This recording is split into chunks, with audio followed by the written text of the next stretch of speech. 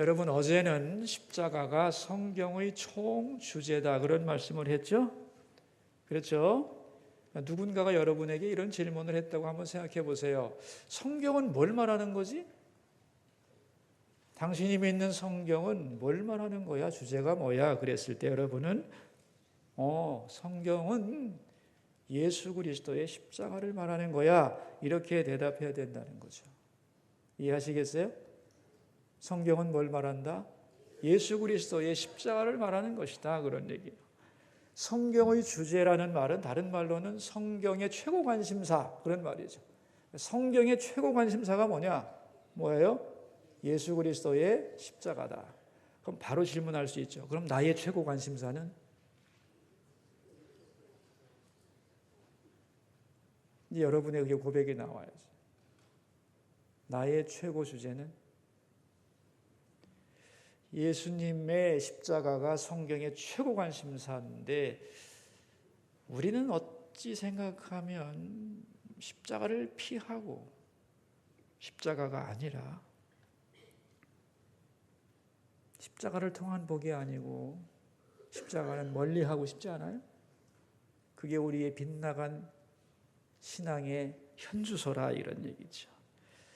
예수님이 알기 원하는 것과 내가 알고 싶은 것의 차이, 하나님이 주시고 싶은 것과 내가 받고 싶은 것의 이 갭이 있다는 거예요. 그게 바로 서야 되겠다 그런 얘기죠. 우리는 영혼의 메시아를 구해야 되는데 오늘도 이스라엘 사람들처럼 정치적이고 정치적인 메시아, 그죠? 영광의 메시아를 오늘도 바라고 있는 것이다. 그래서 우리의 신앙이 십자가 중심으로 바로 서지 않으면 기독교가 기복 종교가 되고 무당 종교가 될 수가 있다는 것을 기억할 필요가 있습니다. 자, 오늘은 십자가를 그럼 어떻게 설명해야 되느냐 하는 문제죠. 성경이 십자가를 말한다고? 그렇다면은 그 십자가가 뭔데? 그렇게 질문했을 때 여러분은 오늘 말씀을 듣고 바르게 대답해야 된다는 거죠. 십자가가 뭔지 설명해 보라 그랬을 때 십자가란 이런 것이다 라고 설명할 줄 아는 수서교회 교인이 된다면 참 행복할 것 같아요. 그렇죠 여러분? 예. 오늘 십자가가 뭐냐 하는 거죠. 십자가에 대한 개념은 똑같을 것 같지만 아닙니다. 사람마다 다 다른 거예요. 원래 십자가는 뭐였죠? 사형 도구였습니다 여러분. 흉악범을 처형하는 사형 도구였어요. 그런데 예수님 이후에 없어져 버렸어요. 십자가형이라는 게 없어져 버렸어요. 그리고 이제 예수님 때문에 십자가에 대한 개념이 바뀌어 버려요. 그 바뀐 개념이 세 가지예요. 십자가를 사람들은 이 셋 중에 하나로 보게 되어 있다는 거예요. 왜? 지금은 사형틀이 아니기 때문에. 첫째가 뭐냐 하면은 혁명의 모델로 보는 거예요. 뭐라고 그랬어요? 혁명의 모델로 보는 거예요. 이건 사회운동가, 혁명가, 공산주의자들이 보는 거예요. 급진적 견해라고 그러죠. 십자가의 예수를 인류를 위한 희생물로 보는 거예요. 자유를 꿈꾸고 혁명을 일으키고 잘못된 것에 저항하는 모델로 보는 거예요. 그러니까 더 나은 세상을 만들기 위하여 잘못된 기존 질서에 항거하는 인간의 모델로서의 십자가. 이게 혁명가들이 생각하는 그런 십자가 이해예요. 그러니까 나약해지지 말고 동지여 일어서라. 예수처럼 용감하게 저항해야 된다 하는 그러한 주장. 이런 이미지가 십자가에 대한 이미지라는 거죠. 안 믿는 사람도 십자가를 바라보면서 생각하지 않겠어요?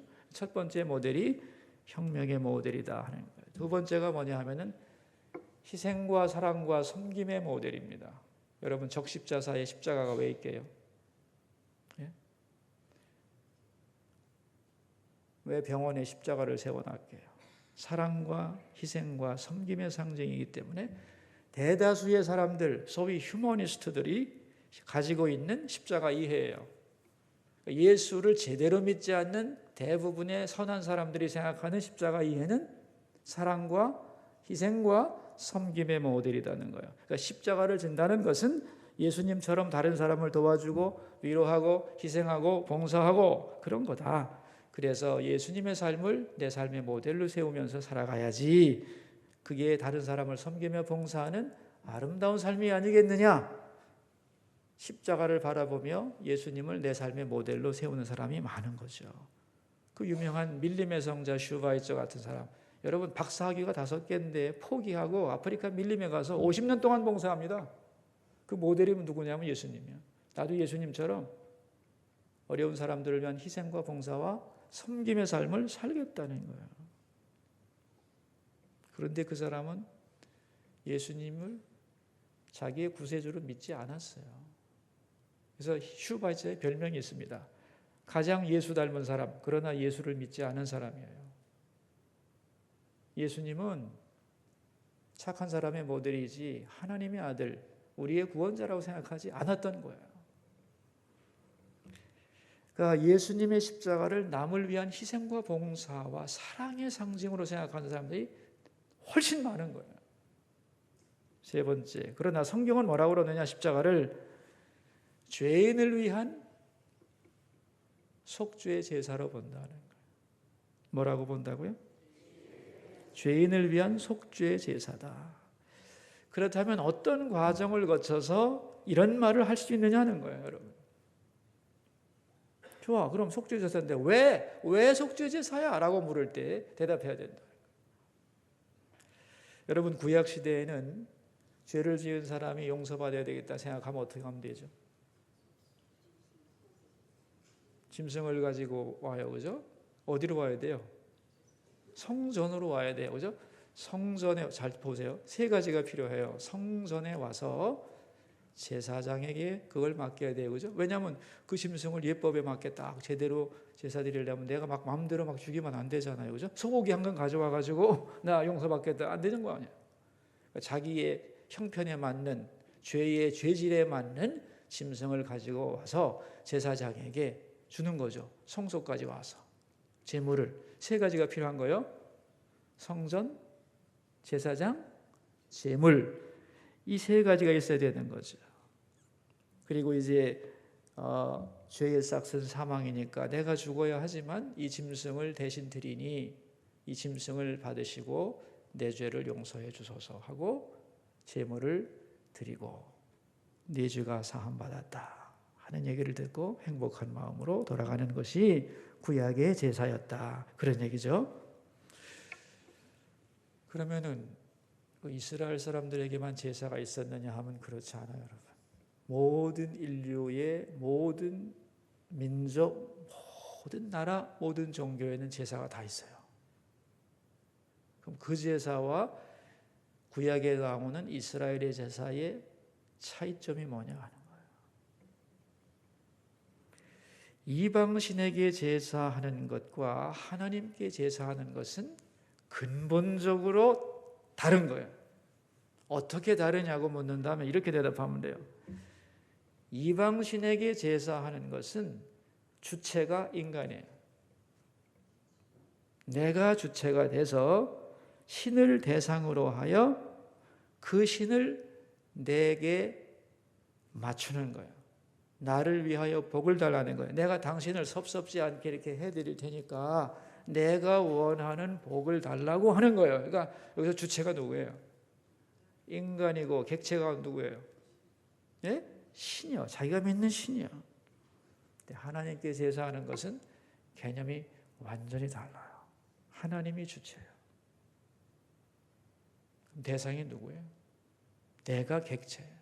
왜냐하면은 내가 하나님을 달래는 게 아니에요. 하나님을 내가 이렇게 얼르고 달래겠어요, 여러분? 죄를 졌다는 것은 하나님의 법을 내가 어긴 거예요. 그래서 깨뜨린 거예요, 그 법을. 그래서 그분과의 관계가 내 죄로 인하여 빗나가 버렸어요. 그래서 이제 이 관계를 회복하기 위한 것이 제사인 거예요. 그러니까 어디까지나 주체가 하나님이시고 제사를 드리는 사람은 그분의 은총 아래서 다시 그분과의 올바른 관계 속으로 회복되어야 되는 거예요. 이해가 되세요, 여러분? 이방의 제사와 성경의 제사의 차이가 그런 거다는 거예요. 그런데 이 성경 안에 있는 이 제사의 기본 규정이 있습니다. 기본 규정이. 이게 뭐냐 하면은 한 번에 한 사람이 한 가지 죄에 대하여 한 번의 제사를 드리게 돼 있어요. 그런데 죄를 내가 하나만 짓냐 이거예요. 하나만 지어본 사람 없잖아요. 그죠? 죄를 짓는데 또 짓죠. 그리고 다시는 안 져야 되지 하고 또 짓고. 근데 문제는 나만 져? 저 사람도 질 거 아니에요. 그 사람도 또 질 거 아니에요. 그러니까 제사가 어떻게 돼야 돼요? 많아져야 되는 거죠. 그죠? 그때마다 짐승 다 죽여야 되는 거죠. 그죠? 그래서 수 없는 죄에 대한 수 없는 희생 제사가 존재하는 거예요. 그래서 기록에 의하면은 하루에 제일 많이 드린 제사 횟수가 몇 번이나 될까? 18만 6천 마리를 죽였어요. 하루에. 기록입니다. 18만 6천 마리요. 난 상상을 못합니다. 18만 6천 마리의 짐승을 잡으면서 피를 흘렸다고 생각해 보세요. 강 같은 평화가 아니라 강물 같은 피입니다. 이해하시겠어요? 구약 성경은요, 피로 도배한 책입니다. 이거 여러분 그거 못 느끼셨죠? 피바다입니다. 피바다. 평양에만 피바다가 있는 게 아니에요. 저 정도는 피바다가 아니에요. 진짜 강같이 피가 흘렀다는 거예요. 그러니까 장엄한 거예요. 여러분 그 제사제도란 굉장히 장엄한 거예요. 그 실습하는 분들이 황소를 가지고 제사를 지내는데 12시간 걸린다는 거 아니야. 그런데 거기 참여한 모두가 거기 직접으로 참여하다 보면 전부 다 진땀 범벅이 된다는 거 아니야. 그런 걸 갖다 어마어마하게 주게 되는 거예요. 얼마나 장엄하겠어요, 여러분. 그런데 이렇게 거룩하고 장엄한 제사 제도도 불완전하다는 거예요. 왜? 세 가지가 부족하기 때문이에요. 아까 제사 드리려면 세 가지 필요하다고 그랬죠. 성전, 제사장, 제물. 근데 그 성전 자체가 불완전해요. 여러분 성전은 하나님을 만나는 곳이죠. 제사 드리는 곳이죠. 그죠? 근데 어떤 불완전함이 있냐면 인간이 만든 거예요. 그리고 한정된 공간이에요. 그리고 세월이 지나면 무너지는 거예요. 아무리 잘 지었어도 성전은 인간의 것이에요. 그리고 제사 지낼 때 제사 지내면 다른 사람은 기다려야 하는 좁은 공간일 뿐이에요. 그러니까 성전 자체가 완전하지 않고, 두 번째 제물 자체도 황소와 염소의 피가 완전한 게 아니다는 거예요. 더 중요한 건 그 제사장 자체가 또 자기가 죄가 있는 인간 아니에요. 그래서 자기 죄를 속하기 위해서 또 제물을 드려야 되는 불완전한 거예요. 그러니까 이 삼박자가 다 불완전한 거죠, 사실은. 이해되시겠어요? 그래서 제사 제도에는 뭐가 필요했느냐? 개혁이 필요했다는 거예요. 자, 히브리서 우리가 지금 9장 11절을 읽었는데 한 절을 빽해서 9장 10절을 읽겠습니다. 이런 것은 먹고 마시는 것과 여러 가지 씻는 것과 함께 육체의 예법일 뿐이며 개혁할 때까지 맡겨둔 것이다. 개혁을 필요로 한다는 거죠. 개혁 때까지 맡겨뒀어요. 그 한 절 더 빽을 하면은 이렇게 나와요. 이 장막은 현재까지의 비유이니 이에 따라 드리는 예물과 제사는 섬기는 자를 그 양심상, 자 읽으세요, 온전하게 할 수는 없는 거예요. 그러니까 불완전한 부분이 있는 거예요. 구약의 제사가. 그죠? 하나님이 그걸 몰랐냐? 아셨어요. 알았지만은 이거는 개혁되어야 될 것이다. 불완전하다고 아셨지만 인간 이해의 한계 때문에 때가 되기까지는 이 불완전한 개혁이 필요한 상태를 아시면서도 그냥 뒀다는 거예요. 그리고 이제 때가 되면 제대로 개혁을 하자 하고 세 가지 개혁을 하는 거예요. 오늘 본문의 내용이 바로 그런 얘기예요. 첫 번째 개혁이 성전의 개혁이에요. 9장 11절 읽습니다. 그리스도께서는 장래 좋은 일의 대제사장으로 오사 손으로 짓지 아니한 것 곧 이 창조에 속하지 아니한 더 크고 온전한 장막으로 말미암아. 그래서 이 성전이 얼마나 좋은 곳이에요. 여기서 내가 너와 만나주리라 한 곳이 바로 성전 아니에요? 그죠? 하나님을 만나는 곳이 성전이에요, 여러분. 그러니까 우리가 하나님은 어디나 계시지만은 하나님을 만나려면 제일 좋은 곳이 성전이에요. 그러니까 나는 하나님을 만나기 사모하지만 교회는 못 가요. 그거 거짓말이에요. 교회에 와야 그 사람이 하나님을 만나고자 하는 마음이 제대로 표출되는 거예요. 그러나 이 좋은 성전이지만 불완전했다 하는 거예요. 그러므로 더 좋은 성전이 필요하다. 그 더 좋은 성전은 말이죠. 어떤 성전이어야 되냐면은 손으로 짓지 아니한 곳 이렇게 나오잖아요. 사람의 손으로 짓지 않은 곳, 더 크고 온전한 장막이 필요한 거죠. 이해하세요? 그러니까 하늘에 있는 성전이 진짜 성전이죠. 왜냐하면 이 땅에 있는 성전은 하늘 성전의 그림자잖아요. 그죠? 이 성전보다 더 완전한 성전은 하늘에 있는 진정한 인간의 손으로 짓지 않은 거룩한 성전, 하늘 성전, 이게 진짜 성전이잖아요.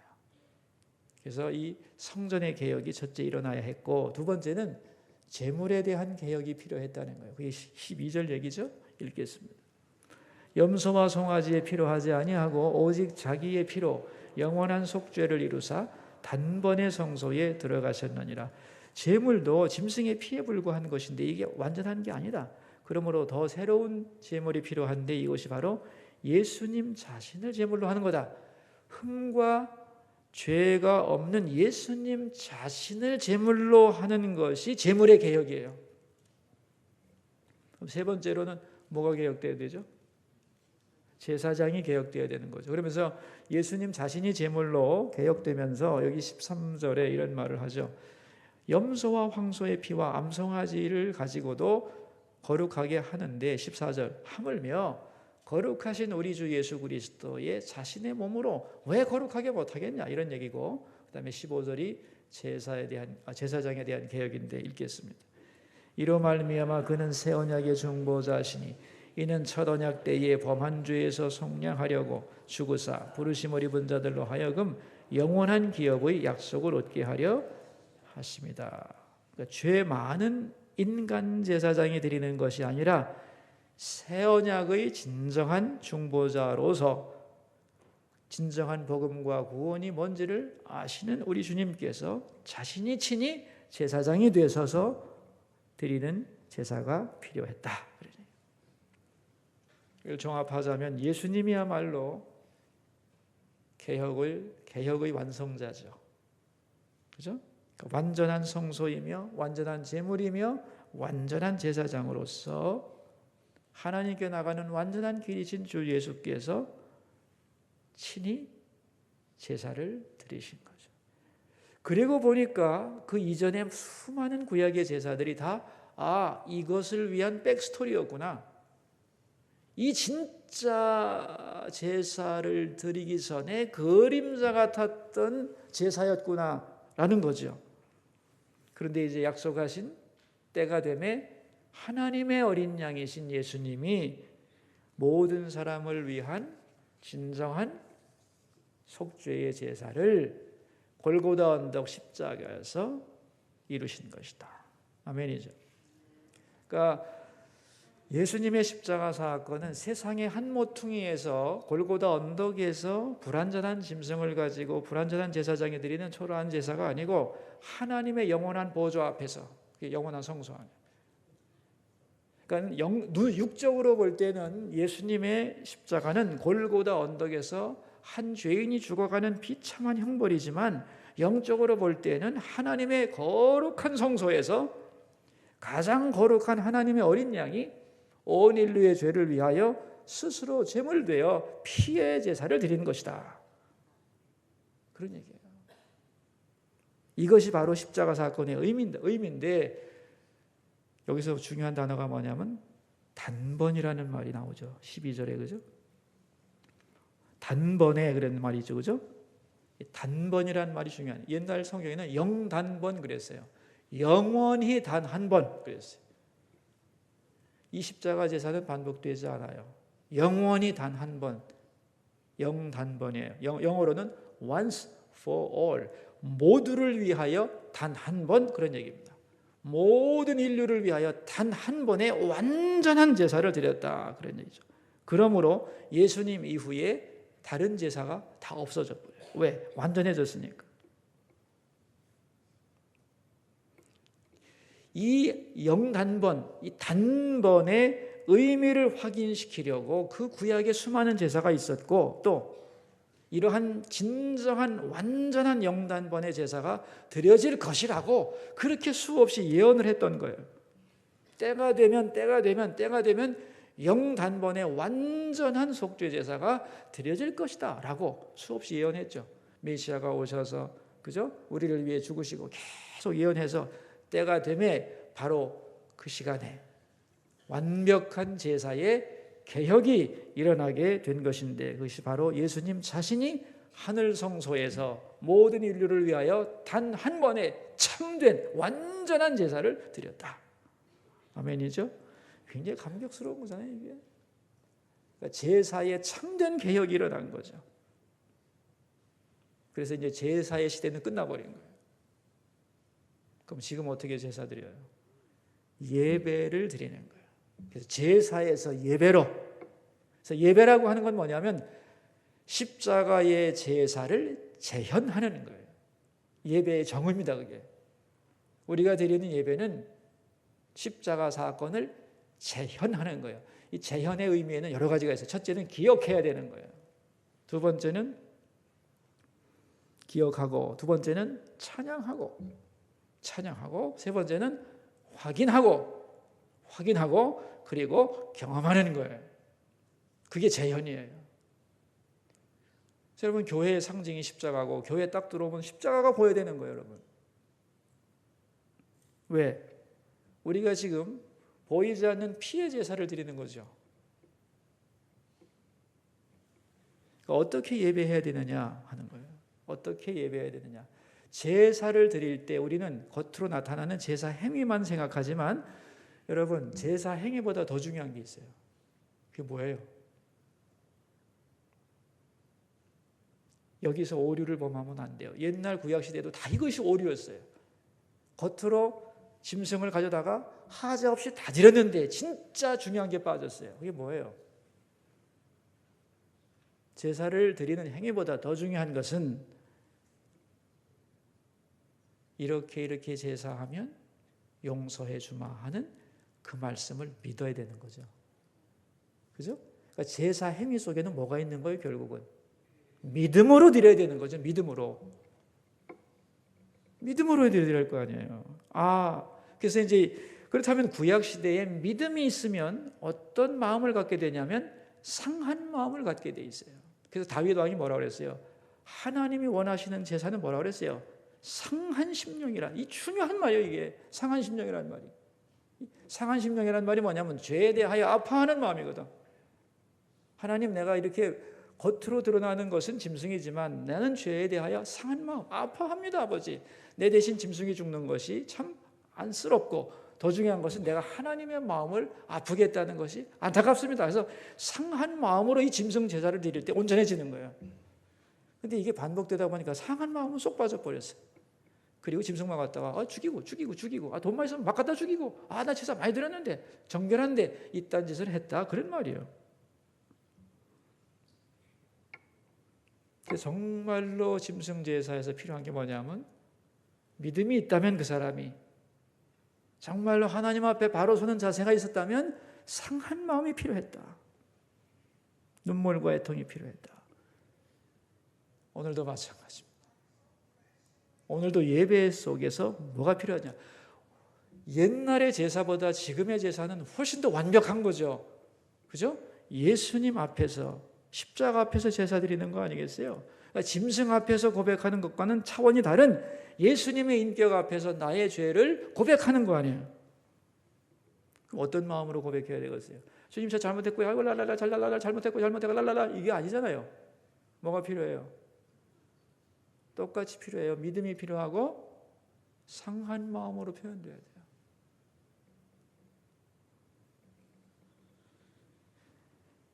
이 상한 마음과 믿음이 없기 때문에 입술에 붙은 말로 용서를 원하기 때문에 확실한 용서를 받기가 어려워요. 스스로 확인하기가 어려운 거예요. 여러분은 예배 드릴 때마다 죄에 대하여 아파하고 상한 마음으로 예수님의 이름을 부릅니까?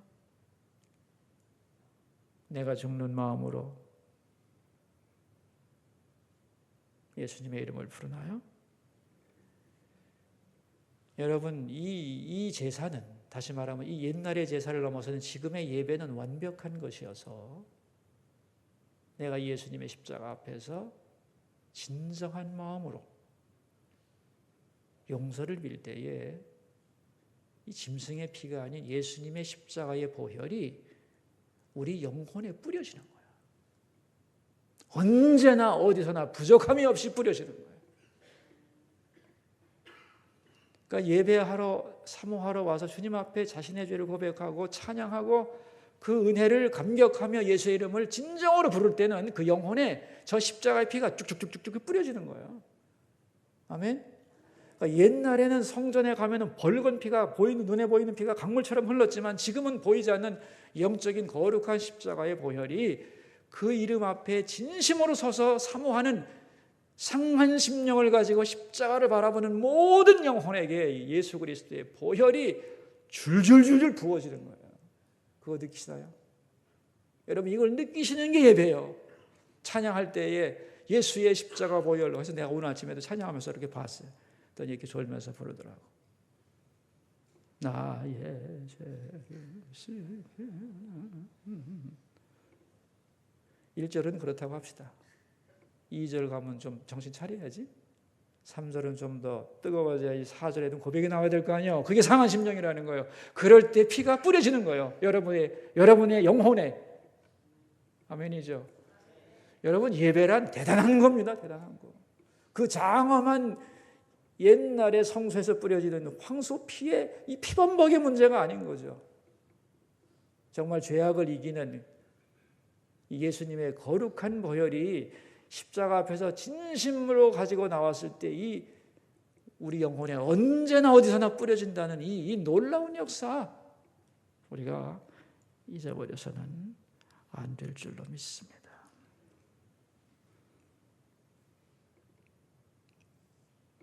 예배의 감격이라는 게 뭐겠어요? 여러분, 영혼은 알아요. 말을 못해도. 그 피가 뿌려졌을 때는 내 영혼에 시원함이 있는 거예요. 아멘. 그리고 확신과 감격이 생겨나게 돼 있어요. 찬송 부를 때도 그렇고 기도할 때도 그렇고 십자가 앞에서 여러분의 진심을 토해 놓으세요. 다윗이 말했던 상한 심령으로 나오세요. 뜨거운 믿음의 고백으로 나오세요. 예수님의 피는 부족하지 않아요. 원하는 모두에게 언제나 충분하게 부어지는 거예요. 그러니까 우리가 예수 믿는다는 게 뭐냐? 예수님의 십자가는 모든 인류를 위한 속죄 제사였다를 믿는 거예요. 그게 예수 믿는 거예요. 예수님처럼 착하게 살자, 이건 예수 믿는 거 아니에요. 예수님이 모든 인류를 위하여 완전한 제사를 드리셨다. 그 다음에 그 십자가 사건은 두 번째, 나를 위한 거였다. 나를 위한 거였다. 그리고 이 방법 외에는 다른 구원의 방법이 없다. 이 세 가지가 정확해야 돼요. 그게 복음적 신앙이에요. 성경적 신앙이고, 앞으로 교회들이 이 정확한 얘기를 안 할 겁니다. 지금 종교학자들의 말에 의하면 앞으로 교회의 80%는 빗나갈 것으로 보고 있어요. 종교다원주의 영향을 받아서. 교회라고 다 진짜가 아닐 거라는 거예요. 성경 끼고 다닌다고 다 크리스찬이 아닐 거라는 거예요. 예수 믿는다는 게 뭐라고요? 예수님의 십자가는 온 인류를 위한 속죄의 제사였다. 두 번째, 그것이 나를 위한 거다. 여러분, 내가 예수님 앞에 용서를 빌 때에 그 뒤에는 어떤 백스토리가 있는 거냐면은, 내가 예수님 앞에 서서 주님 용서해 주십시오 그럴 때 예수님 자신이 나 같은 인간을 위하여 진정한 제사를 드려주시는 거 아니에요? 그 시간에. 어떻게 생각하세요?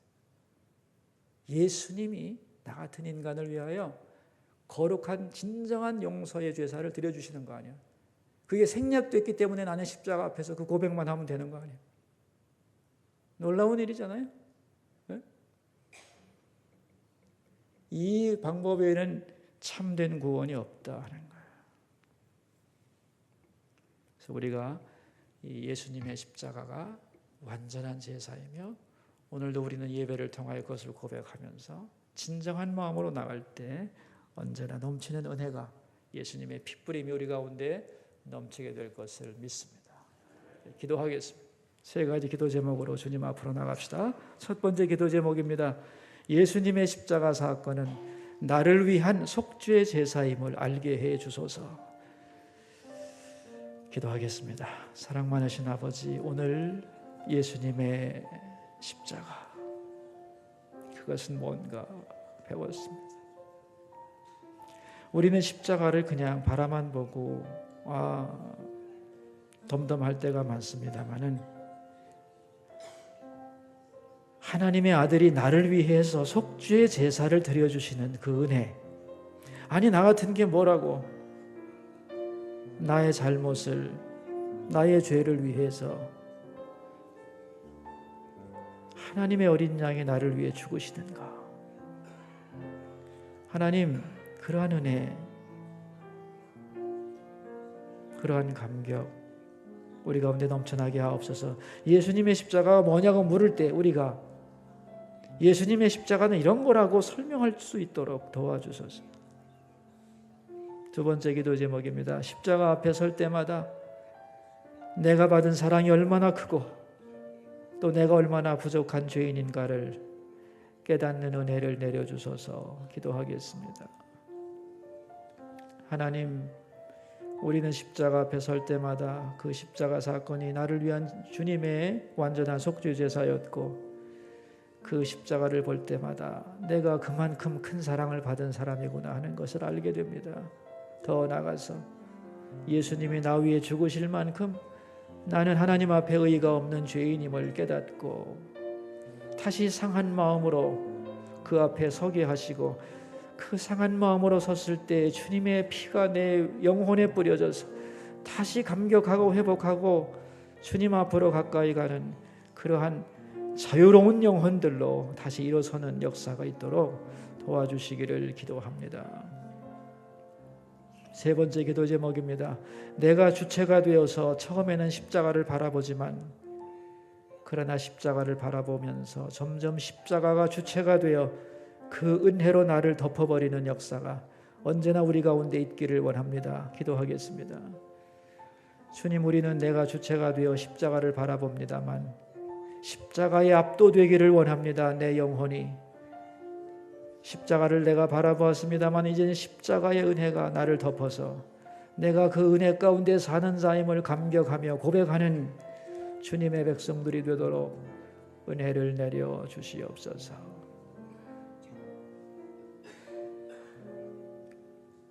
살아계신 하나님 아버지, 오늘 십자가가 무언가를 생각하였습니다. 네가 믿는 십자가가 뭐냐? 질문을 받았을 때 십자가? 나를 위한 완전한 제사야. 우리 그렇게 고백할 수 있게 해주시고 그 십자가 제사의 완전성을 믿고 그것이 나를 위한 것임을 믿고 그렇게 고백할 때마다 그 십자가의 보혈이 내 영혼에 뿌려짐을 확인하게 하시고 이제 십자가를 하나의 물건처럼 바라보지 말고 그 십자가를 바라볼 때 십자가의 은혜가 우리 영혼을 완전히 사로잡는 십자가의 은혜에 압도되는 삶을 살도록 주여 저희를 도와주소서. 예수님 존귀하신 이름으로 기도하옵나이다.